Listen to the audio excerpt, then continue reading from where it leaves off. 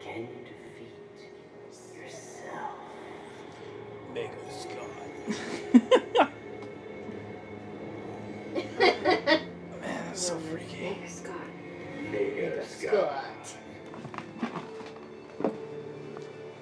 Yeah. Alright. Something I have to say. I started recording anyway, so. Myself.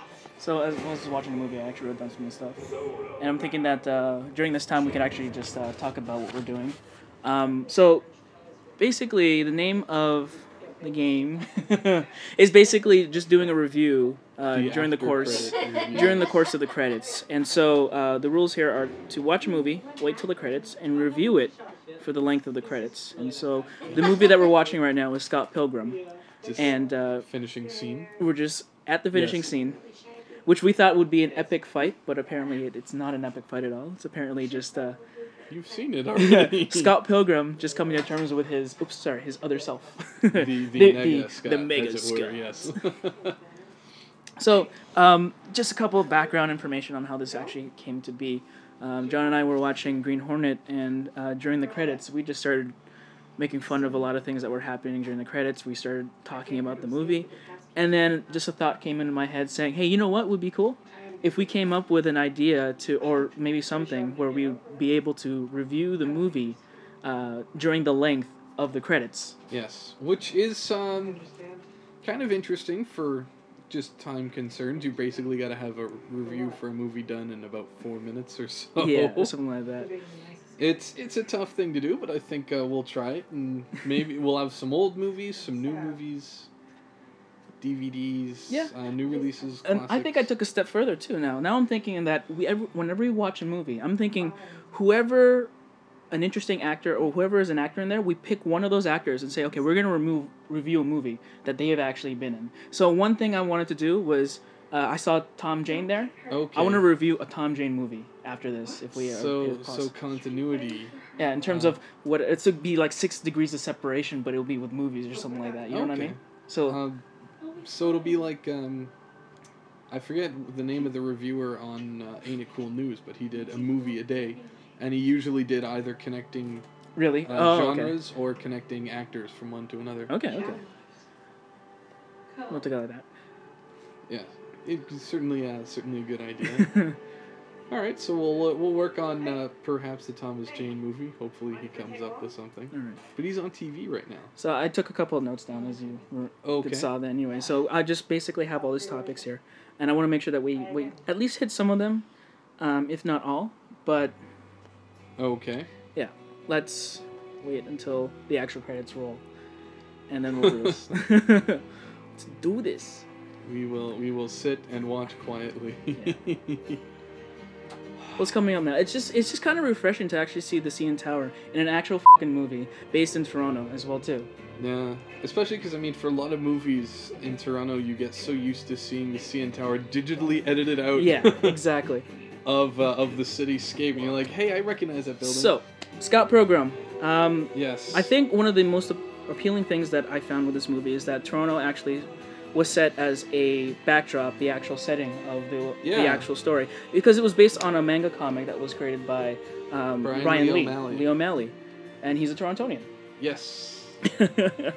For anyone who also has the Scott Pilgrim game on Xbox Live or the PS PlayStation Network, a lot of the locations in there are based on real locations in Toronto as well. Yeah. One thing I found interesting about the movie is that actually they use the actual names of the stores that were there. Second Cup, Pizza, Honest Ed's was there. There was pretty much a lot of references to... Green Beanery and Insomnia for a couple of coffee Lee's shops. Palace is an actual real place, but not anymore now. But it used to be a place, right? It's actually being renovated. Oh, is it really? Okay. Yeah. They worked on the inspired by the movie, probably. No, who knows? Whatever. One of the things I found in the movie is that I was really annoyed by how some people pronounce Toronto. I know. I'm just saying. I'm nitpicking on those little things, but I found it really annoying how everyone Toronto. No. Yeah, the last T. Don't pronounce it. You Yeah. want to sound like a local Toronto. Intro of the characters amazing. I would say that the opening of the movie was perfect. You know what? Sitting in the theater, I remember watching it, and I remember just open mouth, gaping open mouth, just like, what the f*** is this? This is awesome. There are some movies that have those perfect intro scenes. And Scott Pilgrim is right up there with the dinner scene in Little Miss Sunshine as a movie that it's a short, but everyone's sitting around and you introduce the characters so quickly. And it's just a few beats per character, but each one hits it and you're like, okay. And the opening credits were also the opening scene with all the little titles on them were really interesting as well too. It was even direct from the little comic books as well too. Yeah, so much of it is lifted directly, even visually. It's always nice to see that. A lot of stunts right there. What thing about Scott Pilgrim is that it's original music, musically driven, and none of it is rehashed actually. And I've noticed that at the same time within the movie that there are certain areas where the sound effects, the music cues, even actually mundane things that happen within the movie. Yeah. That oh shit, this is really going quick. Okay. Michael Cera's the lead actor. What did you think? Probably his best performance as a lead actor, except Youth in Revolt. Okay. But he played two characters in that one, so. Any miscasts at all? I don't think there was any miscasts at all from what I saw. I think every character worked the way that they had. Yeah, I mean, it's one of those... it's a collaborative effort. I mean, it's going to be known as Edgar Wright's vision, but so many actors pulled out their best for that movie. Okay, and one thing I want to mention is that it seems like a generation-defining movie because with a movie like this, I kind of recognize most of the things that happen in this movie, and I find it's mostly things that I enjoy the most. Like Easy Rider, Breakfast Club, and Scott Pilgrim. I mean, you can put those. They're love letters to a generation and to a way of thinking. Now, what worked? What worked for me? Vegan Police was the Deus Ex for the third boss. Stare down scene, presentation of the characters. And what didn't work for me for hindrances? This is already at the end. No explanation of the door, the desert scene, and why Scott Pilgrim was a good fighter. But those were. I mean, you kind of look at that as he's controlling himself in a way. Yeah. And speaking of controlling ourselves, we have been controlled by the credits, which are now done. Yes. Welcome to the after credit reviews. Hopefully that didn't suck. But I think we gotta get a movie that's longer in order to start. Yes, you would think with so many visual arts that we'd have a little bit of a longer credits. But I think that's a good test. Yeah.